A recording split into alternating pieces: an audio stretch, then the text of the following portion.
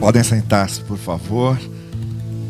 Olha, esse mês de abril, além de ser o mês do aniversário da nossa igreja, é também o mês da Páscoa, o mês em que o cristianismo como um todo, no mundo todo, comemora a ressurreição de Cristo. Domingo de Páscoa, dia 17, esse coro que vocês viram aqui da nossa juventude vai apresentar no dia 17, terceiro domingo desse mês, domingo de Páscoa, às 19 horas, um musical lá para a praça. Nós vamos montar um palco aqui em frente à nossa fachada e já solicitamos fechamento aqui desse trecho para a gente poder botar cadeiras ali, e o pessoal que fica na praça ali durante a noite do domingo vai ter a oportunidade de assistir esse musical de Páscoa. A gente vai fazer tudo lá fora.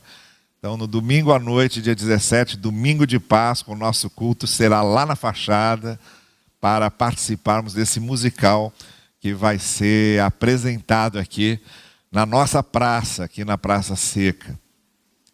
Também no próximo domingo, e agora estou me referindo aos músicos, no próximo domingo começa uma classe especial de EBD para os músicos, para as pessoas que estão envolvidas com o louvor da nossa igreja, para vocês refletirem a respeito de tudo aquilo que a palavra do Senhor ensina sobre a nossa vida, nossa conduta, nosso trabalho, nossos dons. Então, se você faz parte do louvor da igreja, instrumentistas e gente ligada à música e ao Ministério de Adoração da igreja, a Jussara vai começar essa classe no próximo domingo, uma classe de EBD especialmente para os músicos da igreja, para nós, os músicos da igreja, tá bem? Olha, eu vou falar hoje, antes de nós celebrarmos a ceia, sobre as contradições que se harmonizam. Nós temos na palavra de Deus referências a várias contradições que se harmonizaram na fé. A palavra de Deus fala, por exemplo, de uma flagrante contradição de um grão de mostarda, pequeno, insignificante, que aí se transforma numa árvore frondosa que abriga pássaros, repleta de galhos e de folhagens e de frutos. A Bíblia fala nessa contradição de um menino com 5 pães e 2 peixes, alimentando uma multidão de 5.000 pessoas. A Bíblia fala nessa contradição dos fracos que são usados por Deus de maneira poderosa. E eu vou ler um texto com você que fala sobre algumas contradições que se harmonizam na fé. E eu estou falando sobre isso porque é assim mesmo que acontece. No que se refere à revelação de Deus para a gente, ao que o Evangelho nos ensina, a nossa experiência de fé, muito especialmente a nossa experiência de fé, nós estamos sempre lidando com elementos contraditórios, que muitas vezes fogem da nossa explicação, do nosso entendimento, da nossa compreensão, mas que se harmonizam, de alguma forma, no exercício da fé. Então eu queria ler com vocês o capítulo 4 da carta aos Hebreus, nos versos 14 a 16, onde o autor de Hebreus, nesse capítulo 4, a partir do verso 14, diz o seguinte: portanto, visto que temos um grande sumo sacerdote que adentrou os céus, está nos céus, Jesus, o Filho de Deus, apeguemo-nos com toda a firmeza à fé que professamos, pois não temos um sumo sacerdote que não possa compadecer-se das nossas fraquezas, mas sim alguém que, como nós, passou por todo tipo de provação e de tentação, embora sem pecado. Assim, aproximemo-nos do trono da graça, com toda a confiança, a fim de recebermos misericórdia e de encontrarmos graça que nos ajude no momento da necessidade. Então eu quero hoje, nessa reflexão com vocês, antes de nós partirmos aqui junto o pão, compartilharmos juntos do cálice, desse momento em que nós estamos nos lembrando da obra de Cristo por nós e em nós, do resgate que Ele veio trazer, eu gostaria de falar de algumas contradições que se harmonizam, que se conciliam, que têm um sentido especial quando nós nos apegamos à fé, como esse autor de Hebreus está dizendo aqui. A exortação principal, central, prioritária, que nós lemos nesse registro desse trecho de Hebreus é essa: vamos nos apegar à fé. O próprio livro de Hebreus vai dizer que sem fé a gente não tem como se relacionar com Deus. Sem fé nós não temos como vivermos e convivermos com Ele. Sem fé nós não temos como conhecê-lo. Sem fé nós não temos como experimentá-lo.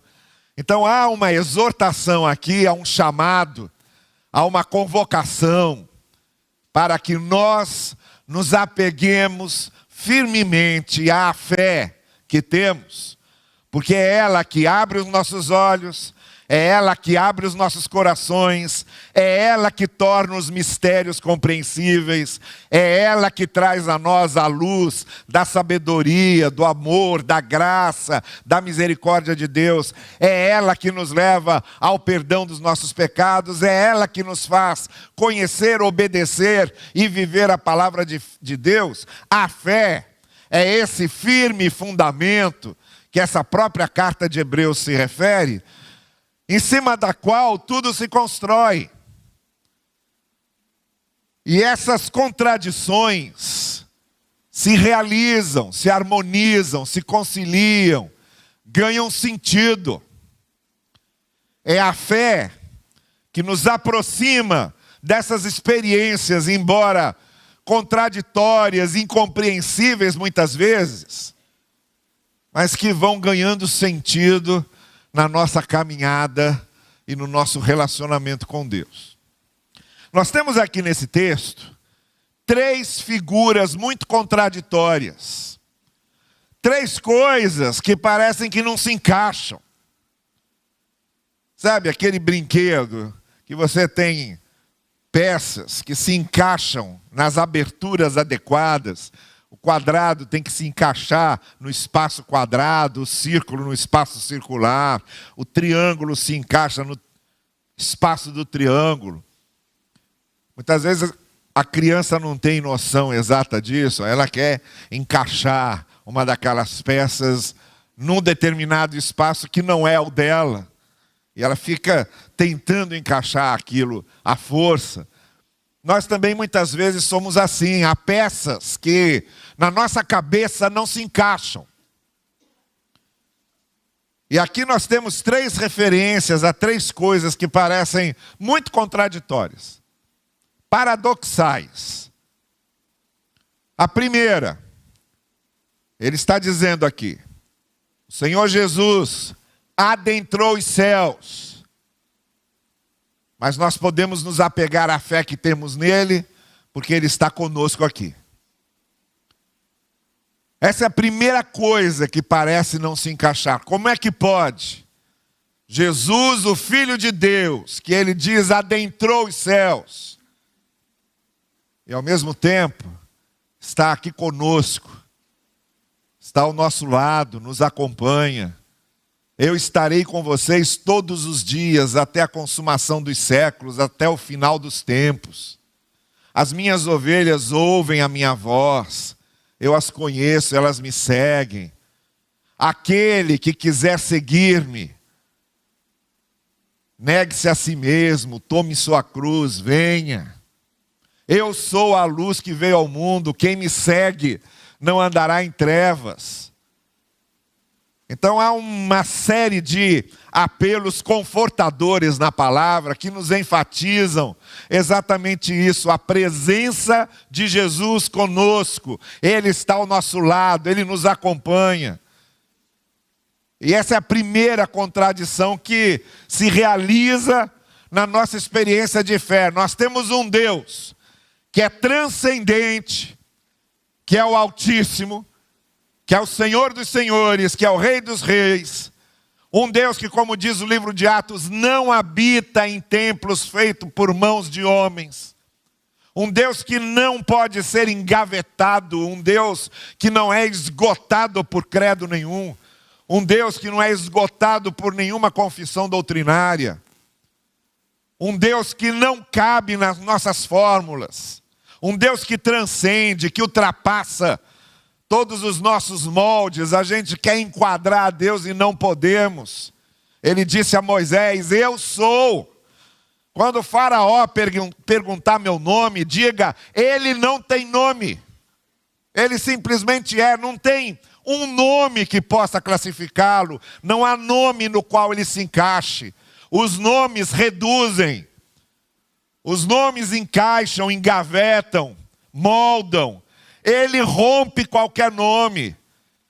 Ele é, e diga ao faraó então, o eu sou, aquele que é o inominável, aquele que não tem nome, aquele que não se encaixa em nenhuma descrição, esse aí foi que me mandou. E ao mesmo tempo, esse Deus que transcende todas as coisas, esse Senhor que não pôde ser enclausurado nem pelo túmulo após a sua morte, que ressuscitou ao terceiro dia, saiu do túmulo e assumiu o seu lugar nos céus, esse Senhor está conosco todos os dias até o fim dos tempos. Essa é a primeira contradição que teologia nenhuma explica, que teologia nenhuma nomeia, que teologia nenhuma exaure e esgota, mas faz parte da nossa experiência de fé. Aqueles que se apegam à fé que têm nesse Deus, experimentam a presença diária, poderosa, cheia de graça desse que é o Senhor, Rei do Universo, Senhor dos Senhores e que está em nós, está conosco todos os dias ao nosso lado. Isso é a primeira coisa que só a fé harmoniza, que só a fé concilia e que só podemos experimentar na fé. A segunda coisa que o autor de Hebreus faz referência aqui é a Jesus como o sumo sacerdote. E aqui a gente encontra uma segunda contradição. Porque o sumo sacerdote era aquele que era o único que podia entrar num lugar do templo chamado Santo dos Santos, que era o lugar sagrado onde só entrava o sumo sacerdote.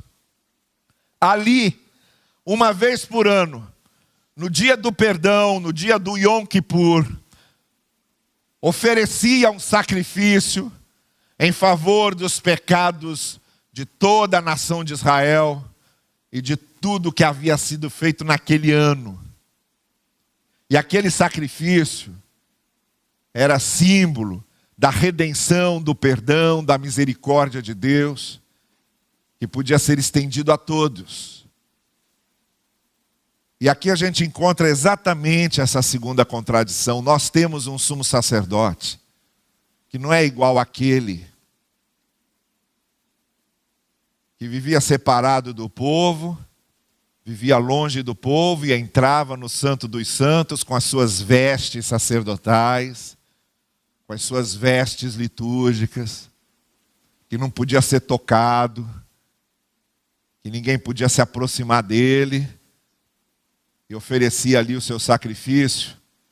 O autor de Hebreus diz: nós temos um sumo sacerdote que sabe exatamente quais são as nossas dores, porque ele passou por todas as nossas dores, porque ele não era só o sumo sacerdote que oferecia o sacrifício, ele era o próprio cordeiro que estava sendo sacrificado. O profeta João Batista, quando apresenta Jesus, ele diz: está aqui o Cordeiro de Deus, que está levando sobre si o pecado do mundo. E o profeta Isaías, antecipando o que Jesus ia fazer, ele diz: está lá, como ovelha muda, diante dos seus tosqueadores. Nossas dores, nossas feridas caíram sobre ele, e ele levou sobre si todas as nossas dores, e os nossos pesares, e as nossas lágrimas.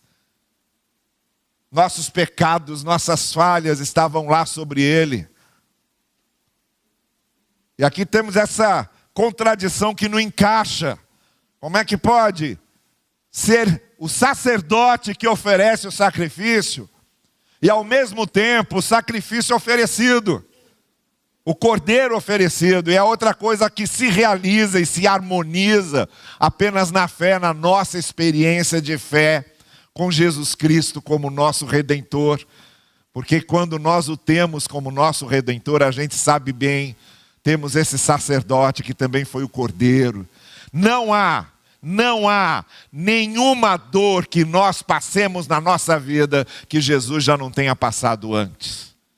Passou por nós, primeiro, na frente, assumiu sobre ele as nossas feridas e as nossas dores. E quando hoje você abre seu coração e pede perdão a ele, ele sabe o que é ser tentado. E ele perdoa você. E quando hoje você se sente abandonado, solitário, você se refugia nele, e ele sabe o que é ser abandonado e estar sozinho, e ele conforta o seu coração. E quando hoje você chora a sua perda, chora a morte de um querido, chora a perda de alguém que você ama, Jesus também chorou a perda de queridos, a morte de queridos. E quando hoje você passa um momento de aflição na sua vida, Jesus também passou momentos de aflição na vida dele. E mais, e quando no seu dia final você experimentar a morte, Jesus também experimentou a morte e nos trouxe a promessa da ressurreição, e experimentaremos com ele, porque nós morremos e com Jesus também viveremos. Essa é outra contradição que só a fé consegue harmonizar. Esse sacerdote, que não era só sacerdote, era também o cordeiro. Nenhuma teologia judaica, nenhuma teologia dos fariseus, nenhum mestre da lei podia explicar isso. E é disso que o autor de Hebreus está dizendo. Temos aqui aquele que entrou no Santo dos Santos, diante de Deus ofereceu o sacrifício, ele mesmo é o cordeiro, e não há dor que ele não tenha passado por nós, e por isso não há conforto que nós não possamos ter na presença dele conosco. E a terceira contradição, então vejam, quando a gente se apega à fé, quando a gente pela fé vai a Deus, a primeira coisa que a gente experimenta é esse Deus grandioso, transcendente, o Altíssimo, aquele que ressuscitou e adentrou os céus, vivendo conosco, ao nosso lado, dentro de nós, marcando sua presença sempre. Eu estou com vocês. A segunda contradição que a fé harmoniza é a desse sacerdote que ofereceu o sacrifício por nós, e ele mesmo era esse sacrifício. Por isso a gente parte o pão, por isso a gente compartilha do cálice, que representa o seu sangue, porque ele deu a sua vida por nós, porque ele era o cordeiro que foi sacrificado por nós, e vem ao nosso encontro para pensar as nossas feridas, amenizar as nossas dores. Temos um sumo sacerdote que sabe exatamente o que é doer, o que é chorar, o que é sofrer, porque ele passou tudo isso por nós. E a terceira contradição que a gente encontra aqui nesse texto, quando o autor de Hebreus diz: e por isso, porque esse Altíssimo está conosco, porque esse que adentrou os céus está conosco, por isso, porque esse sumo sacerdote carregou nossas dores, nossas feridas, nossos pecados sobre ele, ele foi o cordeiro oferecido, e por isso, por ele ser esse que sabe e entende muito bem quais são as nossas aflições, nós devemos nos apegar à fé, e aí experimentamos uma terceira coisa, que é o do trono da graça. Quando o autor de Hebreus diz: olha, por causa disso, aproximem-se do trono da graça, e coloquem lá suas dores, suas aflições, suas confissões, seus pesares, suas dúvidas, suas ansiedades. Levem ao trono da graça confiantemente isso, porque vocês estarão diante do trono de graça. E aí a gente tem uma outra coisa que parece muito incoerente, contraditória, um paradoxo que não se pode explicar. Trono de graça. Porque trono é autoridade, trono é de rei, trono é de quem manda, trono é de quem julga, trono é de quem é honrado, trono é de quem olha para servos.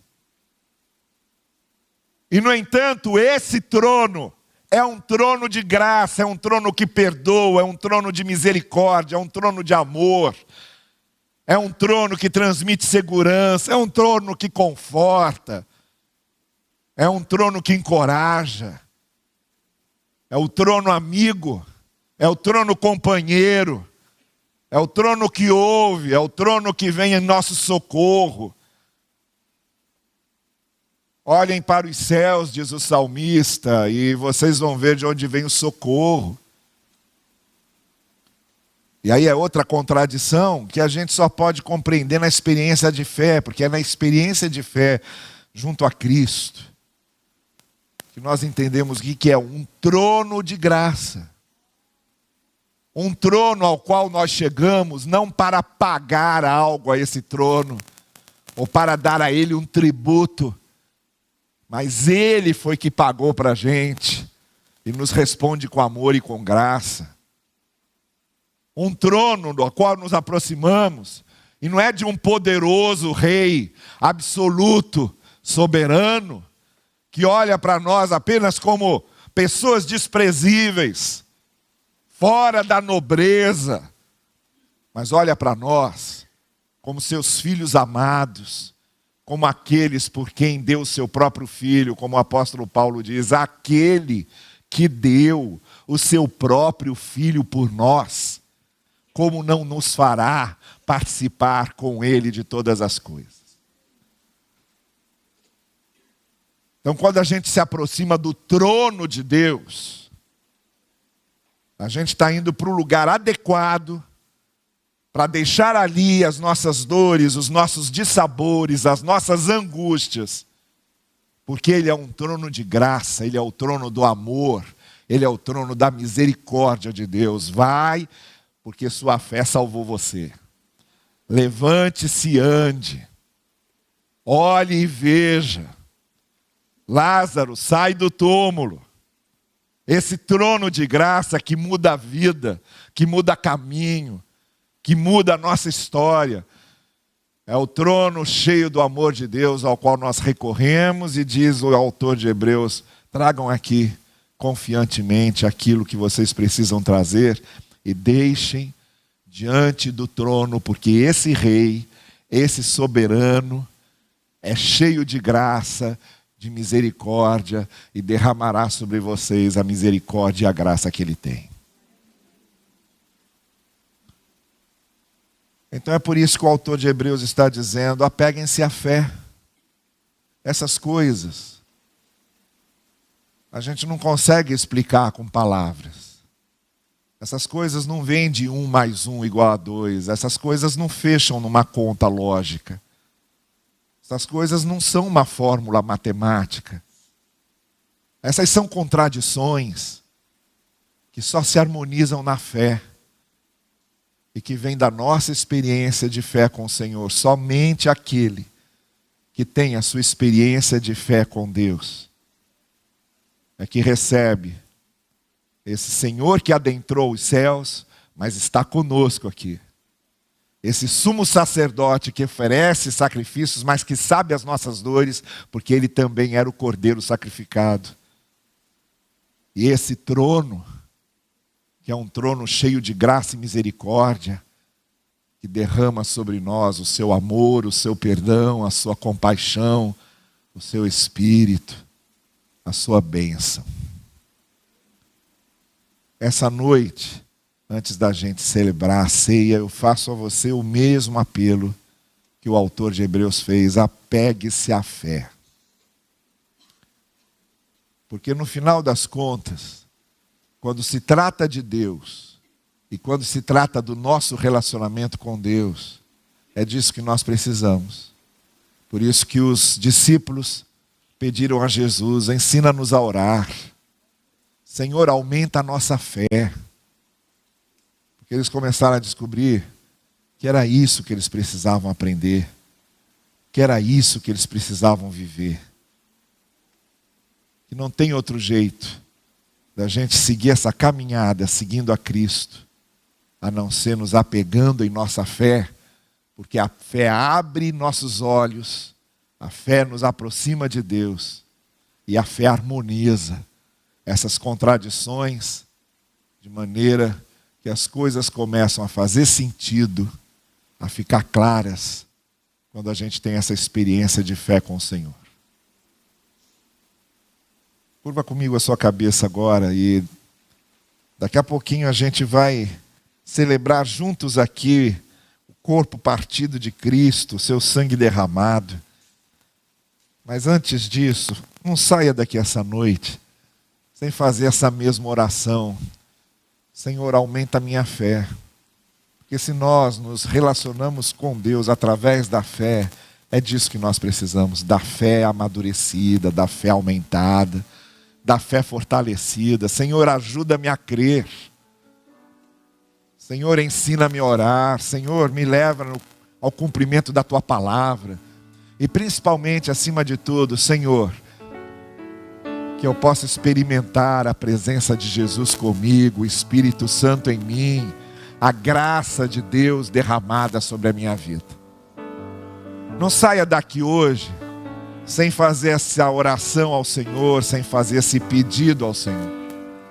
É disso que você precisa, de fé no Senhor, de mais fé no Senhor, de ainda mais fé no Senhor, de fé na palavra, de fé nas promessas de Deus, de fé nos propósitos do Senhor, de confiança na bondade de Deus, de dependência da sua misericórdia e da sua graça.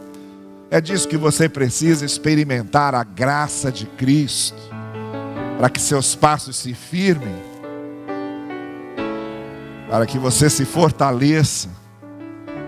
Se é disso que você precisa, vamos a Ele agora, vamos pedir isso a Ele agora. Eu vou orar com você. Se você quer acompanhar a minha oração, levante a sua mão, deixe a sua mão erguida e vamos orar juntos. Se você essa noite está dizendo isso: Senhor, ensina-me a crer, leva-me pela fé, fortalece a minha fé. Levante a sua mão comigo e vamos orar juntos. Senhor querido, aqui estão esses corações, essas mãos erguidas, que querem andar em fé contigo, experimentar cada vez mais a tua presença, experimentar cada vez mais a tua graça. Senhor querido, que no final dessa noite, ao sairmos daqui, assim que esse culto terminar, possamos sair daqui com a certeza de que estamos diante do trono da graça, estamos diante daquele que está nos céus e está conosco, que temos um sacerdote que conhece as nossas dores porque deu a sua vida por nós. Que saiamos daqui firmes, enraizados, fortalecidos nessa fé, nessa graça, nesse amor, nessa redenção. nós oramos em nome de Cristo Jesus. Amém. Amém. Deus abençoe vocês todos.